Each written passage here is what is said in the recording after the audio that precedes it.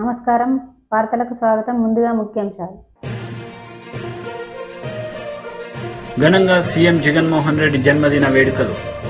పాల్గొన్న ప్రభుత్వ సలహాదారు Sajjala Ramakrishna Reddy.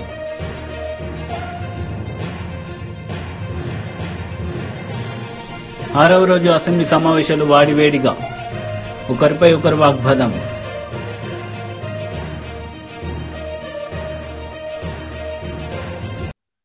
Take enabled learning and teaching స్టాల్ను సందర్శించిన ఏపీ సీఎం వైఎస్ జగన్. ఈ సందర్భంగా ఆయన ప్రసంగించారు. బంగారు భవిష్యత్ కోసం ఒక గొప్ప కార్యక్రమం ఇవాళ ఇక్కడి నుంచి జరుగుతూ ఉంది. ఈ మంచి కార్యక్రమం నా పుట్టినరోజున మీ అందరి ఆశీస్సులు కోరుతూ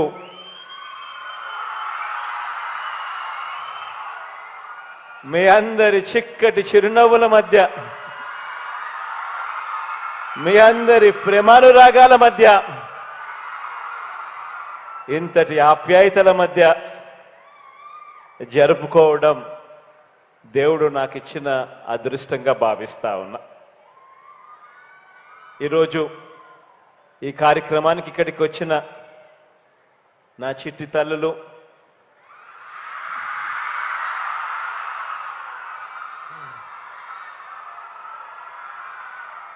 చిట్టి పిల్లల మధ్య, నా అక్కలు నా చెల్లెమ్మల మధ్య, అవ్వ తాతల మధ్య, సోదరులు స్నేహితుల మధ్య ఈ కార్యక్రమం జరుపుకుంటూ మీ అందరి ప్రేమానురాగాలకు ముందుగా రెండు చేతులు జోడించి పేరు పేరున హృదయపూర్వకంగా అభినందనలు తెలియజేస్తున్నాను, కృతజ్ఞతలు తెలియజేస్తా ఉన్నాను.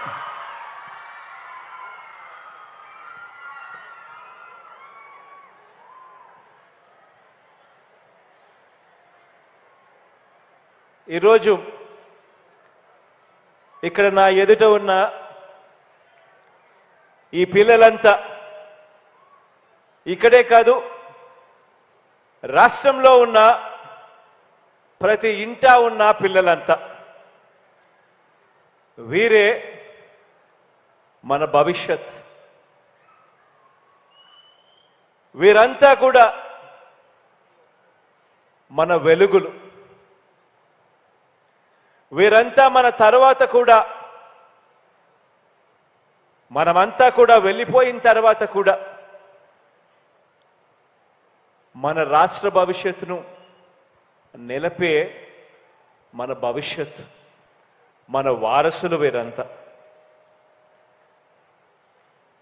వీరి భవిష్యత్ గురించి ఆలోచించి మన రాష్ట్రంలో ఉన్న ప్రతి బిడ్డ ప్రపంచంలో పోటీ పడే పరిస్థితిలోకి రావాలి.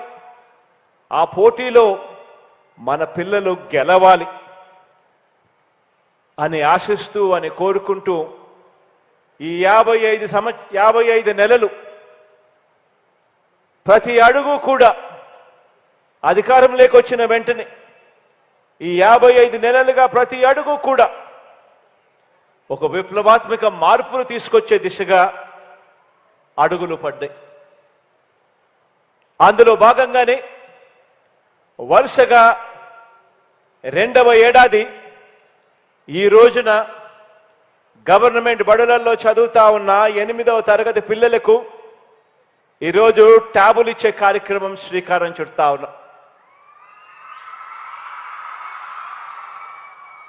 రాష్ట్ర వ్యాప్తంగా కూడా 10 రోజుల పాటు ప్రతి ఎమ్మెల్యే కూడా ప్రతి మండలాన్ని కూడా సందర్శిస్తూ ఈ కార్యక్రమంలో పాల్గొనేట్టుగా మరో 10 రోజుల పాటు ఈ కార్యక్రమం జరుగుతుంది.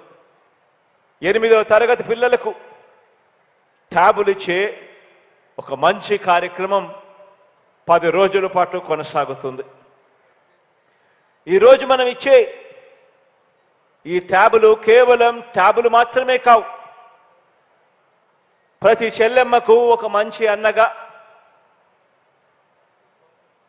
ప్రతి అక్కకు ఒక మంచి తమ్ముడిగా, ప్రతి పిల్లాడికి, ప్రతి పాపకు ఒక మంచి మేనమామగా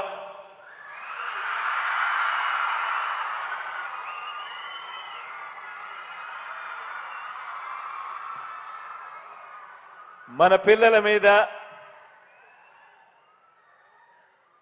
మన పేద కుటుంబాల మీద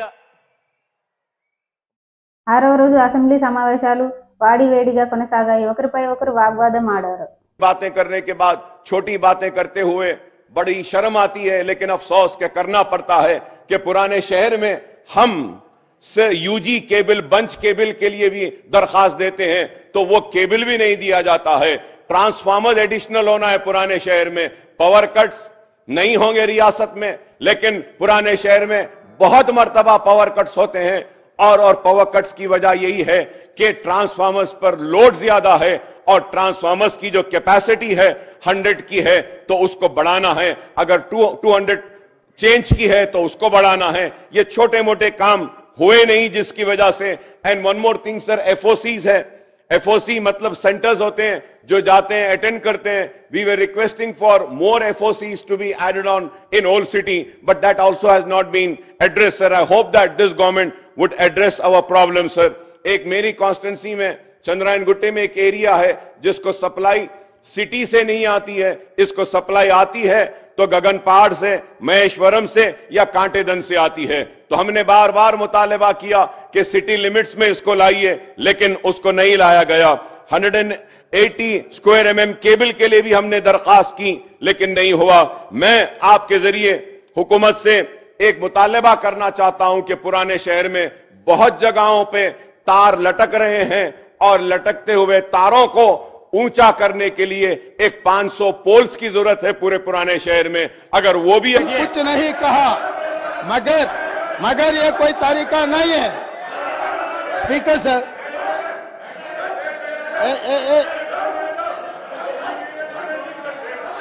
आशा साहब,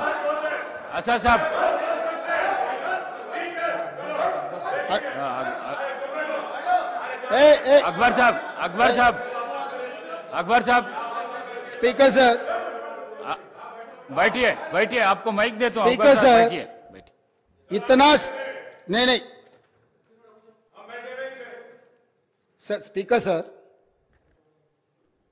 अकबर साहब ने 6 बार चुनाव लड़के 6 बार चुन के आए, इसीलिए हमारे सरकार मेजॉरिटी मिलते ही अकबरुद्दीन ओवैसी जी को हम प्रोटेम स्पीकर बनाए। हम जितना उनको, वो पार्टी को, माइनॉरिटी को जितना मौका देना है हम कोशिश किए। ये 1 minute, yes, because of your seniority, this is not any out of turn quota. We have respected your seniority and your experience. That is what I wanted to clarify. At the same time, he has to respect colleague member. He is also, no, seniority doesn't get any extraordinary powers.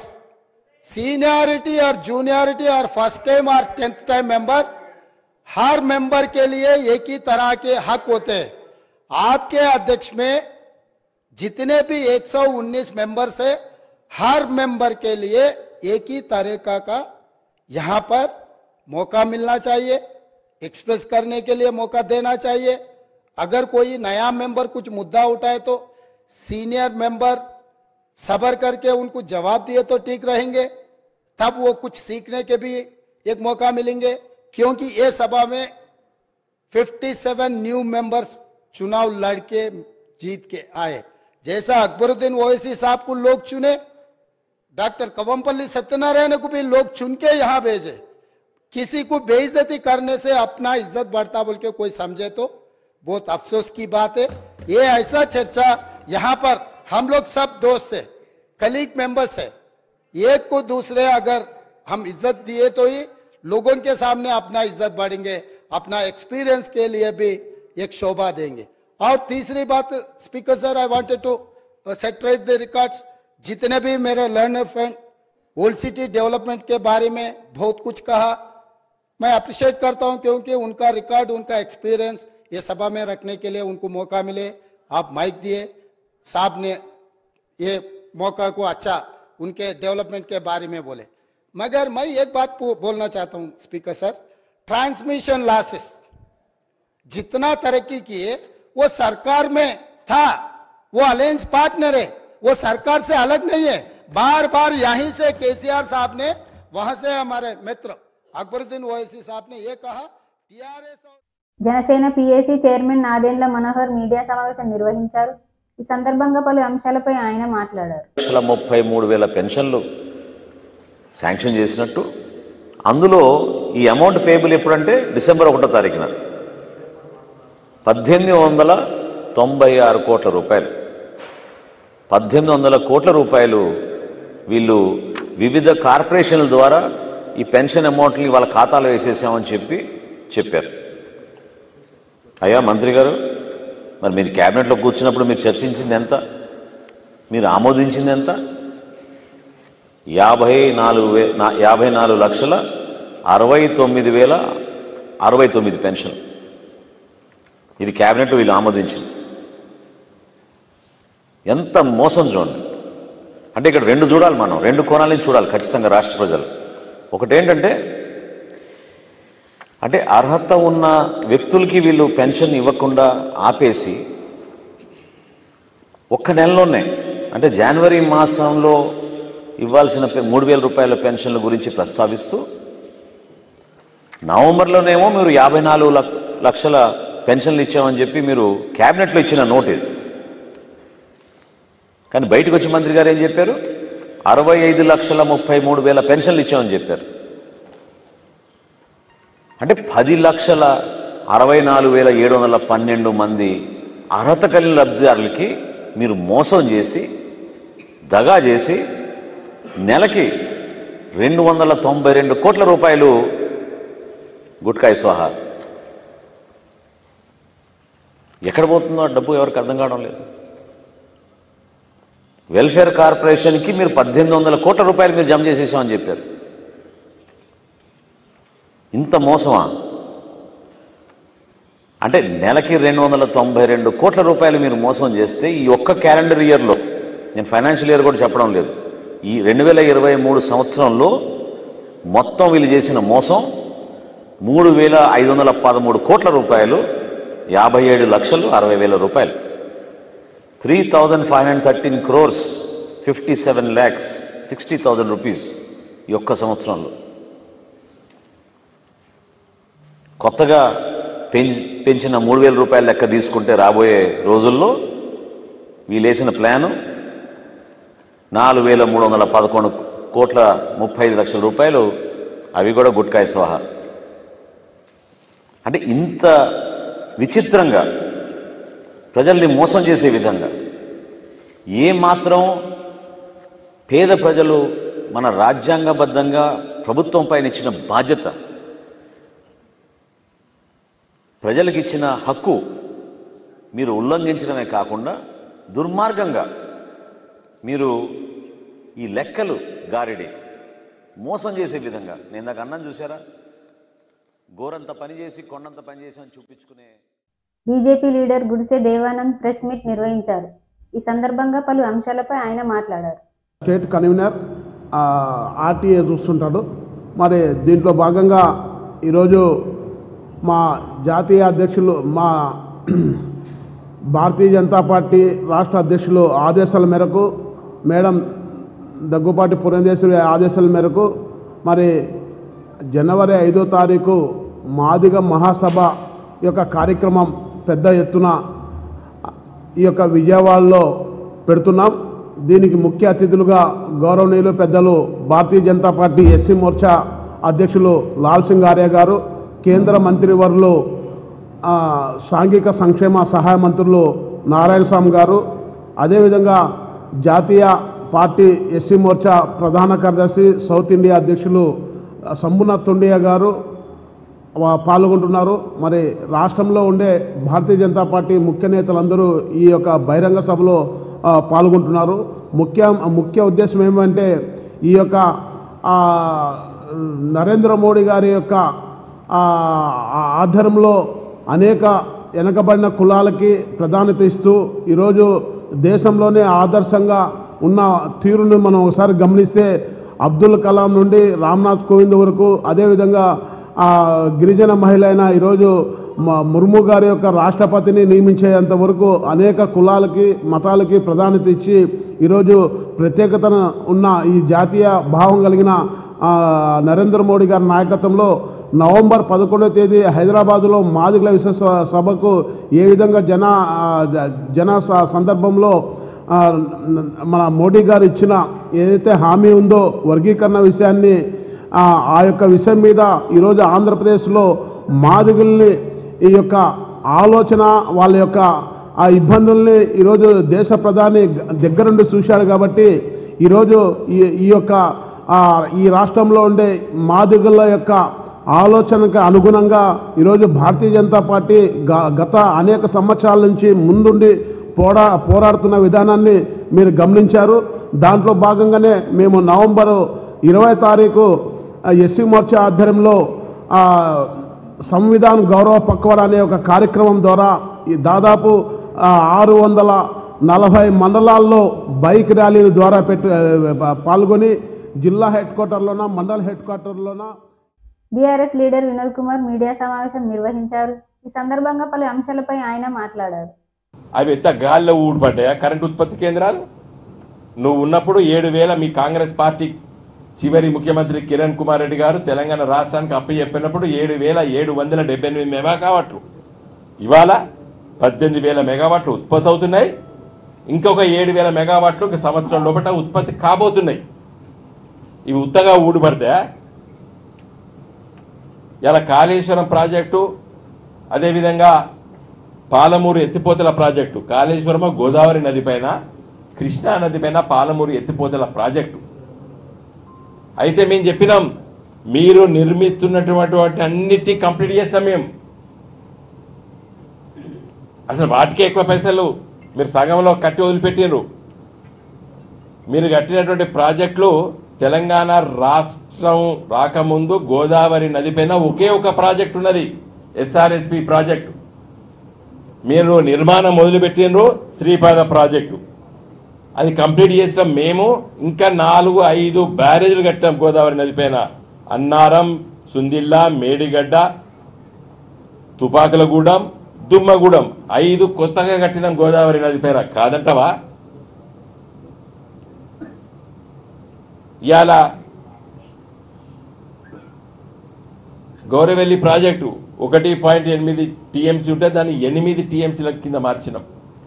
Mallanna Sagar 3-4 ఉంటే దాన్ని 50 టీఎంసీలకు మార్చినాం. ప్రతి reservoir మీరు దోషడంతా మీరు మొదలు పెడితే మీరు తాంబాలం అంతా చేసినాం దాన్ని, ఒక్కొక్క రిజర్వాయర్ని. గిన్నె నీళ్ళు ఆపడానికి మీరు ప్రయత్నం చేస్తే మేము గిన్నె నీళ్ళు ఆపడానికి ప్రయత్నం చేసినాం. అవన్నీ కన్స్ట్రక్షన్ కాలేదా? అప్పులు అప్పులు అప్పులు అంటున్నారండి. ఇలా ప్రజల ఆస్తులు ఇవన్నీ ఇలా కేసీఆర్ గారు సొంతంగా కోసం కట్టుకున్నాడా? కరెంటు ఉత్పత్తి కేంద్రాలు కేసీఆర్ గారి ఇంటి కోసం ఇలా దామెర్చర్లలో కరెంటు ఉత్పత్తి కేంద్రం కట్టిండా? ఇలా మనుగురులో కట్టింది కేసీఆర్ ఇంట్లో 4 లైట్ల కోసం పెట్టుకున్నాడు ఆయన. ఏం మాట్లాడతారు వీళ్ళు? ఇలా ఇంత ఆస్తులు ఉన్నాయి. ఎవరి ఆస్తులు అవి? ప్రజల ఆస్తులు అవి. ప్రజల కోసం నిర్మించినటువంటి ఆస్తులు అవి. 1 కాదు 2 కాదు. ఇలా 5 మెడికల్ కాలేజీలు తెలంగాణ ఏర్పడ్డప్పుడు దాంట్లో 2 పాతే ఉస్మానియా గాంధీ స్వాతంత్రం రాకముందు కట్టినాయి.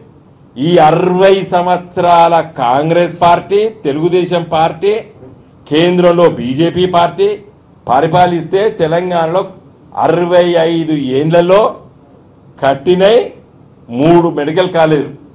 అది కూడా ఒకటి private medical college, Kakatiya medical college. Private వాళ్ళు కడితే 76లో గవర్నమెంట్ తీసుకున్నది. సొంతంగా 60-70 ఏళ్ల కాంగ్రెస్, తెలుగుదేశం, బీజేపీ ఈ దేశాన్ని రాష్ట్రాన్ని పరిపాలించారో 2 మెడికల్ కాలేజీలు పెట్టారు. ఆదిలాబాద్లా, నిజామాబాద్లా. ఉస్మానియా మెడికల్ కాలేజు స్వాతంత్రం రాకముందే, గాంధీ మెడికల్ కాలేజు బ్రిటిష్ వాడు కట్టిండు, మన గాంధీ పేరు మార్చుకున్నాం. కాకతీయ మెడికల్ కాలేజ్ వరంగల్లో ప్రైవేట్ వాళ్ళు కట్టిండ్రు. 76లో రాష్ట్ర ప్రభుత్వానికి అప్పచెప్పారు. 75 సంవత్సరాల స్వతంత్ర భారతదేశంలో తెలంగాణ ప్రాంతంలో కాంగ్రెస్ పార్టీ తెలుగుదేశం పార్టీలు కట్టిన రెండు, ఒకటి ఆదిలాబాద్లా ఒకటి నిజామాబాద్లా. ఇవాళ కేసీఆర్ గారి నాయకత్వాన 30 మంత్రి అంబటి రాంబాబు మీడియా సమావేశం నిర్వహించారు. ఈ సందర్భంగా పలు అంశాలపైన ఆయన మాట్లాడారు. నా తల్లిని దూషించావు, నువ్వు నీ సంగతి తేలుస్తాను, మర్చిపోను అన్నావు. నువ్వు మర్చిపోయావు. ఇప్పుడు ఇంకో మాట ఏమన్నాడు, పంచాయతీ ఎన్నికల్లో పోటీ చేసి గెలవనటువంటి లోకేష్ పంచాయతీరాజ్ మంత్రి అయ్యాడు, ఏమిటి కర్మ అన్నాడు. అన్నావు కదా, మళ్ళీ ఏం మాట్లాడతాడో చూసా నేను. ఆయన చేసింది పాదయాత్ర జగన్మోహన్ రెడ్డి గారి పాదయాత్ర లాంటిది కాదంట, ముద్దులు పెట్టుకునే పాదయాత్ర కాదంట. జగన్మోహన్ రెడ్డి గారు వస్తే ముసలి వారిని ఆప్యాయంగా పలకరించి గుండెలకు హత్తుకొని ఆయన ముద్దు పెడితే దాన్ని అపహాస్యం చేసే విధంగా మాట్లాడారు మీరు. పాదయాత్ర తర్వాత జగన్మోహన్ రెడ్డి గారు ఈ రాష్ట్రంలో ముఖ్యమంత్రి అయ్యారు. ఆ పాదయాత్రకి ఈ పాదయాత్రకి పోలిక ఎక్కడుందని నేను అడుగుతా ఉన్నా. అది గొప్ప పాదయాత్ర అని పోల్చేటటువంటి ప్రయత్నం పవన్ కళ్యాణ్ గారు చేశారు. పాపం దురదృష్టం. నేను ఇంకో మాట కూడా చెప్తున్నా. పవన్ కళ్యాణ్ గారు ఏమన్నారంటే, పొత్తు,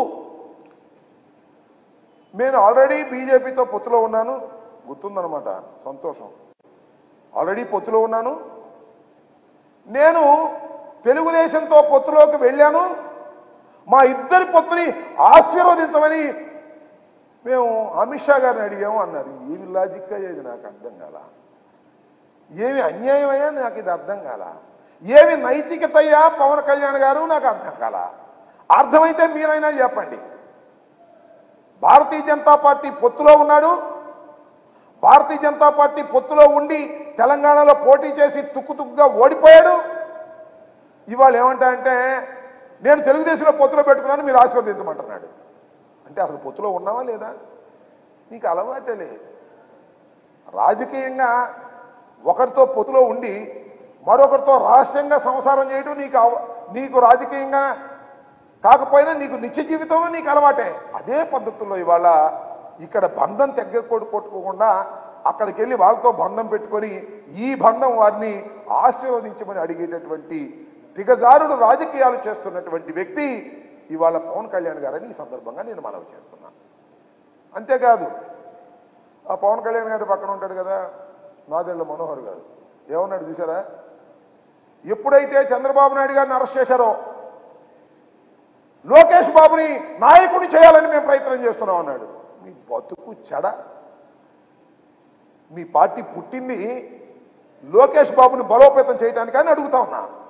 మీరు బలోపేతం కావడానికా, లేక తెలుగుదేశం పార్టీని బలోపేతం చేయడానికా, లేక లోకేష్ని బలోపేతం చేయడానికా నేను అడుగుతా ఉన్నా. ఏమిటి మాటలు నాకు అర్థం కాలేదు. మీది ఒక రాజకీయ పార్టీ, మీ రాజకీయ పార్టీ మరొక రాజకీయ పార్టీలో ఉన్నటువంటి ఒక అసమర్థుడైనటువంటి రాజకీయ నాయకుడిని, తిరస్కరించబడినటువంటి రాజకీయ నాయకుడిని బలోపేతం చేయడానికి ప్రయత్నం చేస్తున్నారని నాదెళ్ల మనోహర్ అంటే తాముగా కూర్చున్నాడు పవన్ కళ్యాణ్ గారు. నాకు అర్థం కాల. ముందు రాకూడదనుకున్నా అంట, ఎందుకంటే నేను వస్తే ఆయన బలపడ్డు కాబట్టి ఆయన్నే బలం చేకూర్చే విధంగా మేము రాకూడదు అనుకున్నాం. తర్వాత మళ్ళీ రావాలని నిర్ణయించుకున్నాం. మీరు ఎందుకు రాకూడదని అనుకున్నారో, ఎందుకు తర్వాత రావాలని అనుకున్నారో జనానికి తెలియదు అనుకుంటున్నారా?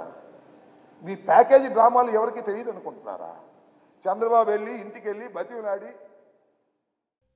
టీడీపీ నేతల మీడియా సమావేశం నిర్వహించారు. ఈ సందర్భంగా పలు అంశాలపై వారు మాట్లాడారు. సాక్షి కానీ సమాధానం సూటిగా చెప్పగలరా? గత ఏడాది కన్నా ఈ సంవత్సరం 25,379 ట్యాబులు కోత కోసింది నిజం కాదా? గత ఏడాది కన్నా ఈ ఏడాది 25,000 ట్యాబులు ఎందుకు తగ్గించారు? నంబర్ 1. నంబర్ 2, ఓపెన్ మార్కెట్లో ఒక ట్యాబు 11,200కు వస్తూ ఉంటే మీరు ఒక్కో ట్యాబ్ పైన 15,500 ఖర్చు పెట్టి ఈ గడిచిన 2 ఏళ్లలో 470 కోట్లు ట్యాబుల్లో కమిషన్ కొట్టేసింది వాస్తవం కాదా? ఈ ట్యాబుల కార్యక్రమం అంతా కమిషన్ల కోసమే కానీ విద్యార్థుల కోసం అనేది నిజం కాదా? 3వది, నాడు నేడు పేరుతో ప్రభుత్వ పాఠశాలలకు రంగులు వగైరాల పేరుతో ఈ గడిచిన 5 ఏళ్లలో 3,000 కోట్లు విద్యా సంస్థల్లో కొట్టేసింది నిజం కాదా? పాఠశాలల ప్రాంగణాలలో రైతు బజార్లు పెట్టి హైకోర్టు చేత ముట్టికాయలు వేసుకుంది మాట వాస్తవం అనే విషయం అందరం కూడా తెలుసుకోవాల్సినటువంటి అవసరం ఉంది. జగన్మోహన్ రెడ్డి ఈరోజు ట్యాబుల పేరుతో పెద్ద రాజకీయ ప్రసంగాలు చేసి ఈ రాష్ట్రంలో నేను తప్ప విద్యా వ్యవస్థను ఉద్ధరించేవాడు లేడు అని చెప్పేటువంటి సందర్భంలో జగన్మోహన్ రెడ్డి గారిని కొన్ని ప్రశ్నలు అడగదలుచుకున్నాం. నూతన విద్యా విధానం ఏ రాష్ట్రంలో కూడా అమలు చేయటంలా, నీవు ఒక్కడే ఎందుకు అమలు చేస్తున్నావో జగన్మోహన్ రెడ్డి గారు స్పష్టంగా చెప్పాలి. అధికారంలోకి రాకముందు 25,000 మంది టీచర్లని రిక్రూట్మెంట్ చేస్తానని, డిఎస్ఏ ఏర్పాటు చేస్తానని చెప్పి ఈ రోజుకి ఒక్క పోస్ట్ కూడా చేయకుండా ఇప్పుడే మీ మంత్రి గారే చెప్తా ఉన్నారు, ఏకోపాధ్యాయ పాఠశాలలు 9,000 ఏకోపాధ్యాయ పాఠశాలలు ఈ రాష్ట్రంలో ఉన్నాయి. ఏకోపాధ్యాయ పాఠశాలలు ఉన్నటువంటి సందర్భంలో మల్టీ క్లాస్ టీచింగ్ అనేది చేస్తూ ఒక ఉపాధ్యాయుడు 6 తరగతులను కానీ 6 పాఠాలను కానీ లేదా ఏ విధంగా చేస్తాడనేది ఒకసారి ఆలోచన చేస్తే శూన్యం అనేది శాస్త్రీయంగా కానీ అదేవిధంగా చూస్తున్నటువంటి విధానంలో కానీ తెలుస్తూ ఉన్నటువంటి పరిస్థితి. దాంతోపాటు ఆయన మాట్లాడుతూ ఉన్నాడు, ప్రాథమికోన్నత పాఠశాలల్లో 98 మంది కన్నా తక్కువ ఉంటే నేను సబ్జెక్ట్ టీచర్ని ఇవ్వలేడు. అసలు ఉన్నతకి ఏపీ ముఖ్యమంత్రి జగన్మోహన్ రెడ్డి జన్మదిన వేడుకల్లో ప్రభుత్వ సలహాదారు సజ్జల రామకృష్ణారెడ్డి పాల్గొన్నారు. ఈ సందర్భంగా ఆయన ప్రసంగించారు. వాళ్ళ చేయి పట్టుకొని నడిపించే ప్రభుత్వం, ఉన్నవాళ్ళకైతే ఎవరి జీవితాలు వాళ్ళు జీవించడం, ఎవరి మీద ఆధారపడాల్సిన అవసరం లేని వాళ్ళకైతే ప్రభుత్వము లేదా రాజకీయ జోక్యాలు లేకుండా హాయిగా స్వేచ్ఛగా సాధికారతతో బతకగలిగిన వాతావరణం ఈరోజు రాష్ట్రంలో ఉంది. ఏ పని చేసినా కులాలకు, మతాలకు, ప్రాంతాలకు అతీతంగా తో పాటు రాజకీయాలకు కూడా అతీతంగా అందరికీ సమానంగా అవకాశాలు, వాళ్ళకి ఏం రావాల్సినవి దక్కాల్సినవి అవన్నీ దక్కేట్టు చూడడం, ప్రజాస్వామ్యం స్ఫూర్తి, ప్రజాస్వామ్యంలో ఏదైతే అత్యున్నతమైన ఇది ఉంటుందో అంటే ప్రతిదీ నా హక్కు, ఒకరు నన్ను నియంత్రించలేరు, అలాంటి పాలన అంటే జోక్యం లేకుండా ప్రభుత్వ జోక్యం అనేది లేకుండా స్వేచ్ఛగా బతకగలిగిన అవకాశం ఇది ఈ రాష్ట్రంలో మాత్రమే కనపడుతుంది. దీన్ని కేవలం కొద్దిమందికి ఏదో అవి ఇవ్వడము లేదా 1-2 రంగాలలో ఇంతకుముందు అన్నట్టు విద్యారంగము, వైద్య రంగంలోనూ కొన్ని చేయడము, పనులు చేయడము దానిగా చూడొద్దు. మొత్తంగానే ప్రభుత్వ ప్రమేయం లేనిది ఏమీ, రాజకీయ ప్రమేయం లేనిది ఏది జరగని పరిస్థితి నుంచి ఎప్పుడైతే జగన్మోహన్ రెడ్డి గారు శాచురేషన్ బేసిస్ మీద అన్నీ ఇవ్వడం, అలాగే పూర్తి పారదర్శకంగా అందరికీ సమానంగా ఇవ్వడం, అది కూడా మన ఇళ్ల దగ్గరికి తెచ్చి తీసుకురావడం, మధ్యలో ఎవరి జోక్యం లేకుండా చేయడం, ఈ లక్షణాలు ఏవైతే ఉన్నాయో, ఈ గైడ్ లైన్స్ ఏవైతే పెట్టుకొని తనకు తాను పెట్టుకొని ప్రభుత్వానికి పెట్టి మన పార్టీకి పెట్టి అందరినీ ఒకే పద్ధతిలో చూస్తుంది ప్రభుత్వం. రాజకీయం వేరుగా చేస్తాం, కానీ వీటిని ఆసరా చేసుకుని మేము రాజకీయం చేయము. మనకున్న అధికారాన్ని అడ్డం పెట్టుకొని రాజకీయం చేయము అనే అత్యున్నత మహోన్నత లక్ష్యంతో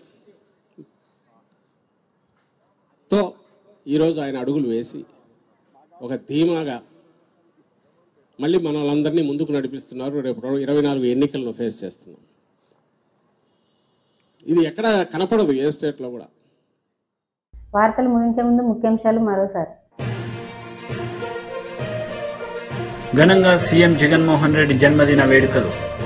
పాల్గొన్న ప్రభుత్వ సలహాదారు సజ్జల రామకృష్ణారెడ్డి.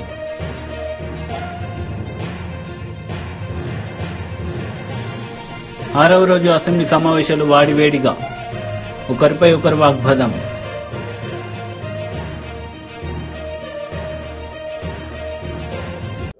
వార్తలు ఇంతటితో సమాప్తం. తిరిగి ప్రసారం అయ్యే వార్తల్లో మళ్ళీ కలుద్దాం. అంతవరకు సెలవు. నమస్తే.